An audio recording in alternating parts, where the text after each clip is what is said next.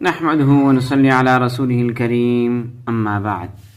محترم سامعین، السلام علیکم ورحمۃ اللہ وبرکاتہ. آپ دیکھ رہے ہیں ہمارا یوٹیوب چینل، جہاں ہم روحانی اعمال، قرآنی صورتوں کی خاص ریاضتوں اور زندگی میں سکون و برکت کے راستے تلاش کرنے والوں کے لیے مستند اور آسان رہنمائی فراہم کرتے ہیں. آج کی ویڈیو میں ہم بات کریں گے سورہ واقعہ کی ایک خاص ریاضت کے بارے میں. قرآن پاک کی ہر صورت اپنے اندر ایک خاص روحانی طاقت رکھتی ہے، اور سورہ واقعہ ان میں سے ایک بہت مؤثر اور مجرب صورت ہے. اس ویڈیو میں ہم کسی لمبے فضائل یا واقعات میں نہیں جائیں گے، بلکہ سیدھے اس عمل کی طرف آئیں گے جو آپ کے روحانی سفر میں مددگار ثابت ہو سکتا ہے. تو آئیے اس عمل کو سمجھتے ہیں اور اس سے اپنی زندگی کا حصہ بناتے ہیں.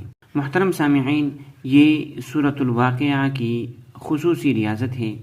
یہاں ہم سورہ واقعہ کا ایک خاص وظیفہ نقل کر رہے ہیں.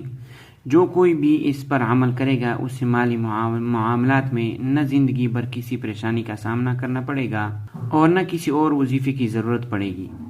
اس عمل کی برکت سے اس کے سارے کام خود بخود انشاءاللہ تعالی ہوتے چلے جائیں گے. صرف 7 دن کا عمل ہے اور زیادہ مشکل بھی نہیں.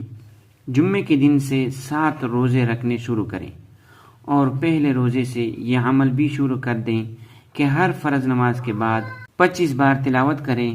نئے کپڑوں، خوشبو اور باوضو قبلہ رو ایک ہی جگہ بیٹھنے کا اہتمام کریں. 7واں دن جمعرات کا ہوگا.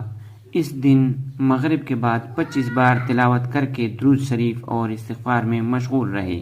عشاء کی نماز پڑھ کر سورہ واقعہ کی 125 بار تلاوت کریں، اور اس کے بعد حضور اقدس صلی اللہ علیہ وسلم کی ذات پر 1000 بار درود شریف بھیجیں. آپ کا وظیفہ مکمل ہو گیا. اگر پورا ہفتہ مسجد میں اعتکاف میں بیٹھ کر عمل کریں تو نور علی نور ہوگا. اس کے بعد صرف ایک بار فجر اور مغرب کے بعد سورہ واقعہ کا معمول رکھے. انشاءاللہ تعالی ہر مقصد خود بخود حل ہوتا جائے گا. روزانہ مغرب کے بعد سورہ واقعہ پڑھنے سے فاقے سے نجات حاصل ہوگی اور خوشحالی نصیب ہوگی. اگر کوئی مالیاتی مسئلہ اٹک گیا ہو یا جائیداد وغیرہ کا معاملہ پھنس گیا ہو تو 41 دن عشاء کے بعد روزانہ 41 بار سورہ واقعہ کا پڑھنا انتہائی مجرب ہے. اگر بارش نہ ہوتی ہو تو روزانہ 7 بار پڑھ کر دعا کریں، انشاءاللہ بارش ہوگی. اللہ تعالیٰ سمجھنے کی توفیق عطا فرمائے. اللہ تعالیٰ آپ لوگوں کو بہت خوش و خرم رکھے. وآخر دعوانا ان الحمد للہ رب العالمین.